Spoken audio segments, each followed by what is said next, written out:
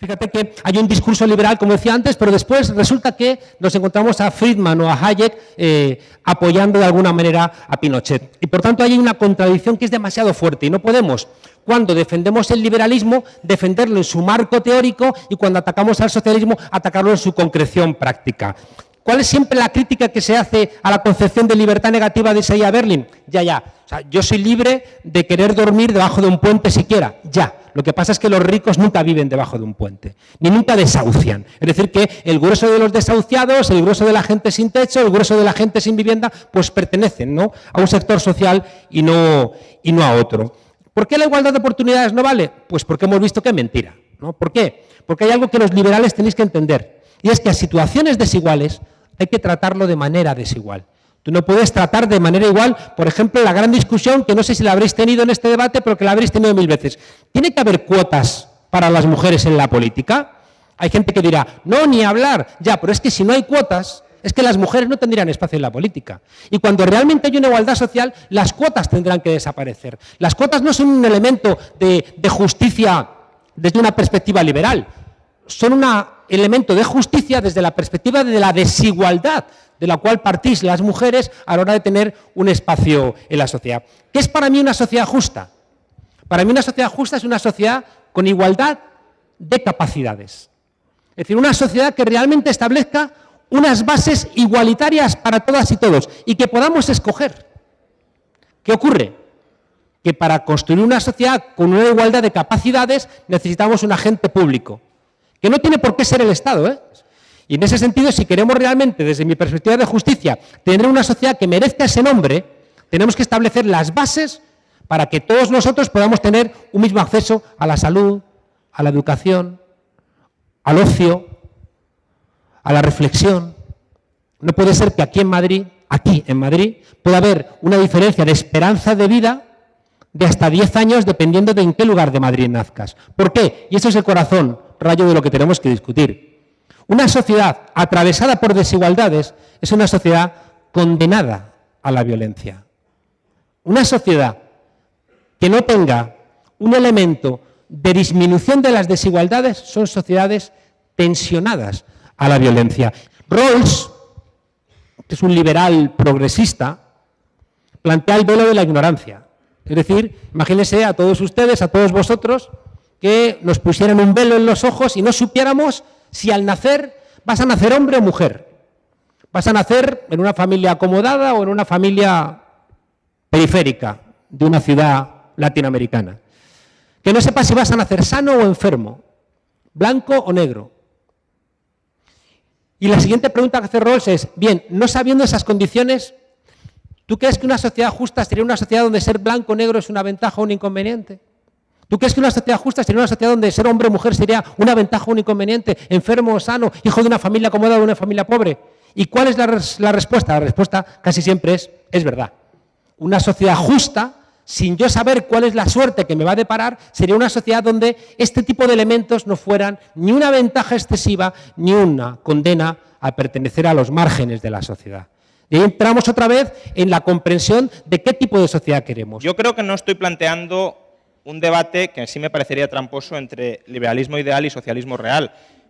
Como mucho, y puede ser un debate en términos equivocados, pero estoy planteando un debate entre liberalismo ideal y socialismo ideal. Y creo que en ese debate el liberalismo ideal gana de calle al socialismo ideal. Básicamente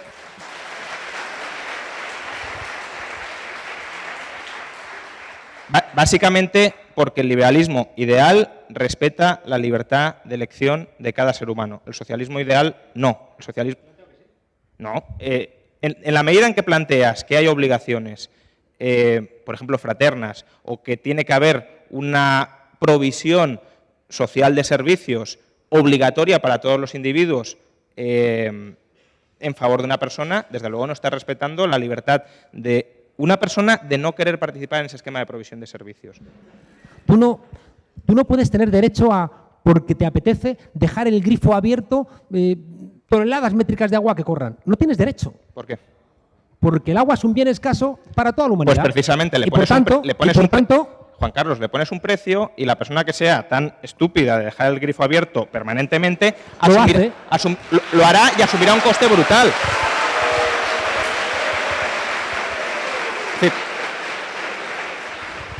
Es decir, sí. Amigos y amigas, habréis venido muchos de vosotros en coche, lo cual nos está convirtiendo a todos en estúpidos. Yo he venido en moto, también soy estúpido. Sobre 2 ruedas, pero estúpido. Quiero deciros que estamos haciendo cosas estúpidas ya. Si asumimos estamos haciendo cosas estúpidas. Juan Carlos, si asumimos el coste de esa estupidez. Hombre, yo espero que muchos hayan venido en Uber y en Cabify para...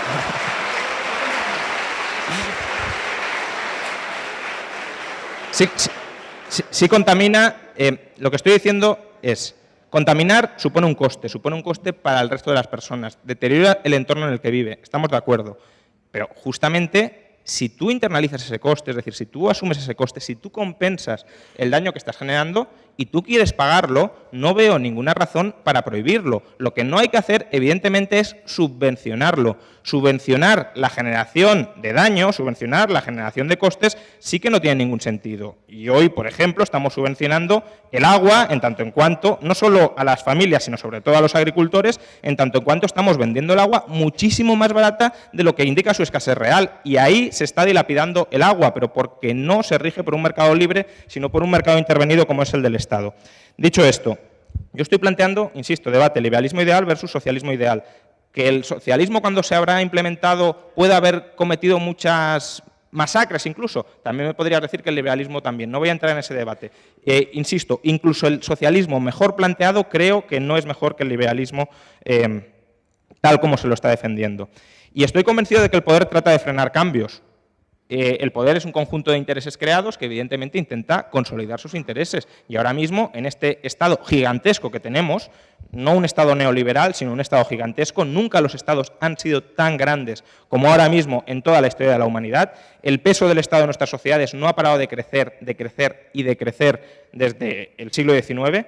Pues en este contexto de estados gigantescos, desde luego hay muchos lobbies y muchos intereses, y lobbies no son solo lobbies empresariales, que también, pero hay grupos de presión, grupos organizados, que pueden ser sindicatos, asociaciones de consumidores, funcionarios, que tienen intereses creados en mantener la actual estructura del Estado, que tienen intereses creados en seguir viviendo del presupuesto o en seguir manteniendo una serie de regulaciones perversas que los blindan frente a la competencia, que los protegen frente a la posibilidad que deberían tener otras personas de emprender y que justamente con esa captura de rentas fruto del clientelismo y fruto del control del aparato estatal es de lo que viven. Y los liberales, desde luego, somos totalmente enemigos de esos intereses creados y de esos poderes establecidos. Y por eso, lo he dicho ya más de una vez y lo sigo diciendo, creo que el liberalismo es hoy la filosofía, la ideología realmente revolucionaria en el siglo XXI, porque todas las restantes ideologías lo que intentan es reforzar algunos de los intereses que están creados o cambiar cuáles son los beneficiarios de los intereses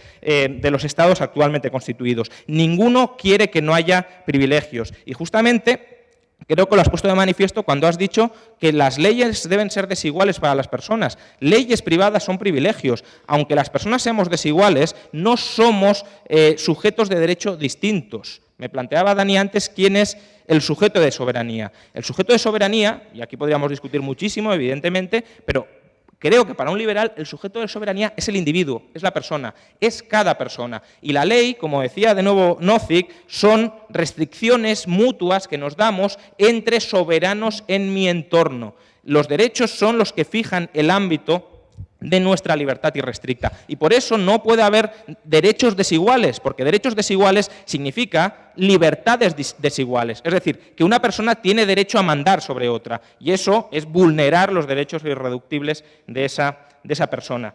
Y desde luego, a mí también me gustaría que todos tuviéramos las mismas capacidades, pero yo no voy a considerar que el concepto de justicia es igualdad de capacidades, entre otras cosas porque ese es un concepto de justicia imposible. Es decir, no todos podemos tener las mismas capacidades, aunque solo sea por cuestiones genéticas. Yo nunca voy a jugar, aunque el Estado me proporcione todos los medios habidas y por haber, no voy a jugar nunca al fútbol tan bien como Cristiano Ronaldo o Messi. Y eso no es injusto, eso es. Y la justicia no se relaciona con las situaciones que vemos. La justicia evalúa las acciones y las consecuencias de las acciones de las personas. Lo que es justo o lo que es injusto depende de lo que hacemos o de lo que no hacemos, no de lo que es, no de lo que nos viene dado. Lo que nos viene dado por genética ni es justo ni es injusto, es algo que queda fuera del ámbito de la justicia. Y por tanto no podemos vulnerar los derechos reales de las personas por una cuestión arbitraria, accidental, como es la carga genética que tenemos cada uno de ellos. Que tú no seas responsable de los genes que te han tocado no me hace a mí responsable de los genes que te han tocado. Y por tanto, yo no estoy subordinado o no quedo subordinado a tus preferencias, ni mis derechos se deben ver conculcados por el hecho de que tú hayas tenido, por decirlo así, buena o mala suerte en la lotería genética, o buena o mala suerte en el entorno social en el que hayas vivido. Lo cual no quita, cuidado, que si esos entornos sociales son consecuencia, son fuente de injusticias previas, es decir, de privilegios dados a ciertas personas, que desde luego los hay, y eso sí que hay que combatirlos. Si esos entornos sociales son consecuencia de privilegios dados, de privilegios existentes, evidentemente el liberalismo reputará eso injusto, pero no porque haya un determinado entorno social de riqueza, sino porque esa riqueza está extraída a costa de vulnerar los derechos de otras personas. Y ahí habrá necesidad de reparación, habrá necesidad de compensación,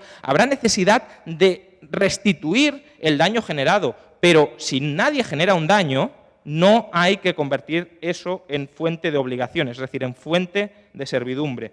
La justicia, al final, es simplemente respetar la libertad de cada persona para poder desarrollar su proyecto de vida. Y ese es el ideal de justicia liberal, que además es compatible, y creo que esto es lo relevante, con el ideal de justicia de cualquier otra filosofía política. ¿Por qué? Porque desde el liberalismo tú puedes construir el socialismo. Desde el socialismo yo no puedo construir el liberalismo. El liberalismo permite comunas socialistas internamente, o debería permitirlas. El socialismo no permite crear grandes multinacionales dentro del socialismo, porque eso atenta contra la propia concepción de justicia del socialismo. En cambio, no atenta contra mi concepción de justicia, o la concepción de justicia del liberalismo, que un grupo de conservadores vivan como los Amish o que un grupo de socialistas monten una comuna donde haya una absoluta igualdad de renta, una absoluta igualdad de riqueza internamente. La cuestión es que no me adscriban a mí coactivamente a esa comuna, es decir, que yo no tenga que jugar con las reglas especiales que tú te das en función de tus criterios de justicia que yo no comparto. Por otro lado, si hablamos de realidad, si hablamos de la conveniencia, que yo creo que también hasta cierto punto es conveniente, de reducir las desigualdades, aunque me preocupa muchísimo más la pobreza, es decir, me preocupa muchísimo más que la gente no tenga renta, no tenga recursos para sobrevivir, más que si yo soy pobre y el otro es algo menos pobre que yo. La desigualdad en sí misma no es el gran drama de la humanidad. El gran drama de la humanidad es la pobreza. No creo que por el hecho de que alguien tenga dos piedras y uno tenga una piedra, el mundo sea más justo que si hay un Bill Gates y hay cualquiera de nosotros aquí con diferenciales de riqueza muchísimo mayores. Pero insisto, sí creo que es verdad que determinado nivel de desigualdades podría llegar a ser malo para la cohesión social. ¿De acuerdo? Pero ¿cómo reducimos esas desigualdades? ¿Las reducimos por la fuerza, vulnerando los derechos de las personas, o las reducimos dando también la batalla desde el asociacionismo civil para, por ejemplo, a través de organizaciones no gubernamentales, combatir esas desigualdades de riqueza o de renta? Y decía, si hablamos de un gran reductor, de un gran motor de la reducción de la desigualdad, estamos hablando de la globalización. Si hablamos de algo que sabemos que ha funcionado como nada más para reducir por primera vez en la historia las desigualdades a escala planetaria, eso ha sido la globalización. Jamás en la historia, desde la revolución industrial, es decir, desde que empezamos a escapar de la pobreza, jamás ha habido una etapa de reducción de la desigualdad como los últimos 20 años. El índice Gini de desigualdad global ha caído 10 puntos. En España, muchos habéis hablado de emergencia social porque la desigualdad aumentó 2 puntos. Por tanto, si era una emergencia, y desde luego la situación durante España ha sido una situación muy, muy, muy dura para mucha gente, si era una emergencia lo de España, que muchísima gente, que 1.000 millones de personas durante los últimos 20 años hayan escapado de la pobreza y que las desigualdades globales hayan caído en 10 puntos, más de 10 puntos del índice Gini global, creo que sería algo para celebrar, para aplaudir y para que cualquier persona de izquierdas, de derecha, liberal o no liberal, abrace inmediatamente la globalización como el gran motor de las reducciones sociales.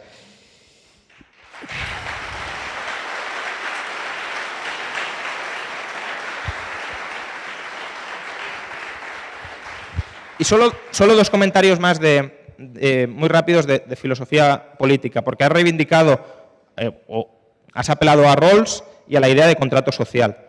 El criterio de velo de ignorancia que utiliza Rawls a mí no me parece un criterio... Puede parecer inicialmente razonable, intuitivo, pero Rawls al final lo que está diciendo es que debemos minimizar el riesgo que adoptamos en cada escenario y que, por tanto, debemos ponernos ante el peor escenario posible y quedarnos con el menos malo de los escenarios posibles. Esa no es la forma en la que actuamos en nuestro día a día. El peor escenario cuando salgo a comprar el pan es que me caiga una cabeza en la maceta y me mate, pero eso no me detiene de ir a comprar el pan. De la misma manera, si yo estoy detrás del velo de la ignorancia, yo no tengo por qué querer vivir en aquella sociedad que esté más cohesionada o donde haya una mayor redistribución de la renta compatible con la mejoría de los más desfavorecidos. A lo mejor yo estoy conforme con vivir en una sociedad donde haya desigualdades de la renta enormes, pero donde todo el mundo viva muy bien. Porque al final el liberalismo, si algo ha conseguido, ha sido sacar de la pobreza, insisto, a millones, centenares, millares de millones de personas. Y por tanto, si detrás del velo de la ignorancia me preguntan, ¿usted querría vivir en una sociedad liberal? Pues yo diría que sí, probablemente. Evidentemente, ¿por qué diría que sí? Porque sé que en una sociedad liberal donde no hay privilegios para nadie y donde, por tanto, me puedo ganar la vida y donde también reina la empatía, pero una empatía que está en la naturaleza humana, coincido, pero una empatía que surge espontánea y voluntariamente, pues no me voy a morir de hambre. En una sociedad liberal voy a poder prosperar. Porque históricamente en las sociedades que más se han abierto hemos podido prosperar. Y no por eso voy a defender un estado de bienestar que justamente a lo que puede condenar es a la precariedad, al adoctrinamiento, es a la esclavitud o servidumbre fiscal, es a ser un objeto del auténtico sujeto de derecho que existe en nuestras sociedades, que es el Estado y la burocracia estatal, es ser un títere en manos de otros. ¿Por qué yo he de querer ser un títere en manos de otros? ¿Qué hay de racional detrás del velo de la ignorancia para que yo acepte la servidumbre voluntaria a cambio de que me den pan? ¿Por qué yo he de querer ser un esclavo bien alimentado? ¿Por qué no puedo querer ser un liberto aunque tenga el riesgo de ser más pobre? No veo que exista un consenso universal en la posición original a favor de ese camino. Y si no lo existe, lo único que podemos es consensuar el mínimo irreductible de justicia. Y el mínimo irreductible de justicia no es el estado de bienestar, es el respeto irreductible a la libertad de cada persona. Y el contrato social no se ha dado, desde luego, explícitamente nunca, pero implícitamente tampoco. Un contrato social implícito debería dejar algún mecanismo de salida. No existen mecanismos de salida, no existen formas de romper ese contrato social que se nos ha dicho que todos hemos firmado pero que nadie ha firmado. No se nos permite la secesión, no se nos permite la separación del ordenamiento jurídico, no se nos permite la reasociación política en otras entidades distintas, con otras soberanías distintas. No solo es que no se nos haya permitido el mecanismo de salida, es que tampoco se ha dado validez alguna al disenso explícito. ¿Cómo se puede decir que hemos firmado un contrato social implícitamente cuando no se reconoce validez jurídica a aquellos que han dicho yo no quiero firmar este contrato social? Los anarquistas que se han opuesto desde un principio al reconocimiento de un ordenamiento jurídico nunca deberían haber sido incluidos en el contrato social de un Estado, pero se les incluye por la fuerza. Es más, al resto de ciudadanos no se nos ha dicho, si usted no quiere formar parte de este contrato social, dígalo y no formará parte del mismo. A todos se nos obliga a formar parte del mismo. Entonces es como decir, no, aquí hemos firmado todos un contrato social implícito por el cual todos vosotros me vais a dar a mí 1.000 euros, con lo cual yo me convierto ya en una persona bastante acaudalada. Ahí no hay ningún contrato social porque no hemos dado voz a cada una de esas personas para que diga yo no quiero firmar ese contrato social.